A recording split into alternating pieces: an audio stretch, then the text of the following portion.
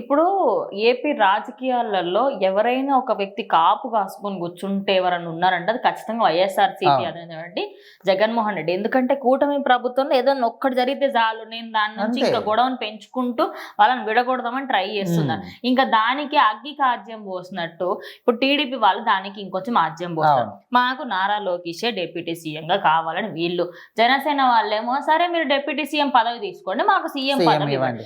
ఇంకా ఏంటి అంటే ఇప్పుడు ఒక 5 రోజుల పాటు చంద్రబాబు నాయుడు ఉంటారు. ఆయన అమెరికా సైడ్ అటు వెళ్తున్నారు, దావోస్ సైడ్ ఇటు వెళ్తున్నారు, అటు ఎగ్జాక్ట్ గా ప్లేస్ కి సంబంధించి అటు వెళ్తున్నారు దావోస్ సైడ్.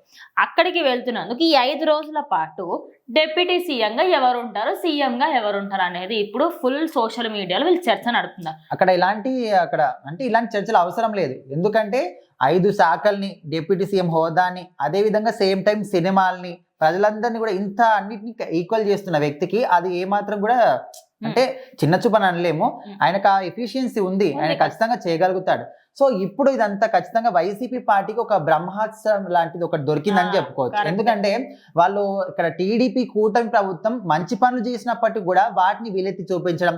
మొన్న అప్పుడు రీసెంట్ గా మనకు విజయవాడలో ఫ్లడ్స్ వచ్చినప్పుడు కూడా వీళ్ళు స్వయంగా వెళ్ళి అక్కడ వాళ్ళకు హెల్ప్ చేసినప్పటికీ కూడా అసలు ఏం చేశారని కూడా వాళ్ళు మాట్లాడారు. అంటే మంచి పనులు చేస్తున్నప్పటికీ కూడా మంచి పనుల్లో కూడా తప్పులు వెతికి వేరెత్తి చూపించే వ్యక్తులు ఖచ్చితంగా వైసీపీ వాళ్ళు. అదే కాకుండా వైఎస్ఆర్సీపీ వాళ్ళు ఎప్పుడైనా కలిసినప్పుడు ఒకానొక టైంలో మీ బీజేపీని తిట్టిన వాళ్ళు వీళ్ళు, మీరు ఎప్పుడు ఎట్లా కలుస్తున్నారని చెప్పి అంటే గుర్తు చేస్తున్నారు, అంటే పాత గాయాలని. సో అవన్నీ తీసుకొస్తే ఇప్పుడు వీళ్ళు ఏమైనా మనస్పర్ధలు వస్తాయేమో, విడిపోతారేమో, అంటే గోతికాడ ఒక నక్క కావాలి కాచి కూర్చుంటాడంట ఇప్పుడు మనకు సమయం వస్తుంది అని.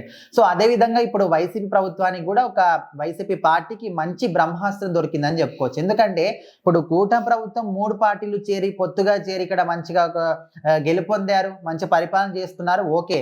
కానీ ఇప్పుడు మీ కూటమిలో ఉన్న వాళ్ళే మెయిన్ టీడీపీ పార్టీ కాబట్టి ఆ పార్టీలో ఉన్న వాళ్ళు ఈ విధంగా మనస్పర్ధలకు దారి తీస్తున్నారు. మా నారా లోకేష్ డిప్యూటీ సీఎం కావాలి, పవన్ కళ్యాణ్ వద్దు, సో ఈ విధంగా మాట్లాడుతున్నప్పటికీ ఖచ్చితంగా ఇప్పుడు ఒక ఇద్దరు ఉన్నప్పుడు ఇద్దరు పోట్లాడితే ఇంకొకరికి అది లాభం అయినట్టు. సో ఖచ్చితంగా ఇప్పుడు వైసీపీ పార్టీకి ఇది లాభం అనమాట. సో వాళ్ళకి ఇది ఒక బ్రహ్మాస్త్రంగా మారుకొని సో ఖచ్చితంగా దాని గురించి మాట్లాడడం కానీ దీన్ని ఇంకా ఎక్కువగా ఇప్పుడు జగన్మోహన్ రెడ్డి ఎట్లా అంటే ఇప్పుడు ఆల్రెడీ మనకు పవన్ కళ్యాణ్ కావచ్చు, చంద్రబాబు నాయుడు కావచ్చు, నారా లోకేష్ కావచ్చు, గత ప్రభుత్వ హయాం నుంచి కూడా వాళ్ళు ఎంత మంచి పనులు చేసినప్పటికీ, వాళ్ళు ఏం అనకపోయినప్పటికీ కూడా వాళ్ళని గెలుక్కొని మరి వాళ్ళ గురించి మాట్లాడేటువంటి ఒక మనస్తత్వం ఖచ్చితంగా ఈయనకు ఉంది. ఎప్పుడు కూడా మాట్లాడుతూనే ఉంటాడు. సో ఇప్పుడు ఒక విషయం దొరికింది, ఖచ్చితంగా దాన్ని అల్లుకొని మంచి ఇంకా దాన్ని రసవత్తరంగా స్టేజ్కి మాత్రం ఖచ్చితంగా ఈయన తీసుకుపోతాడు.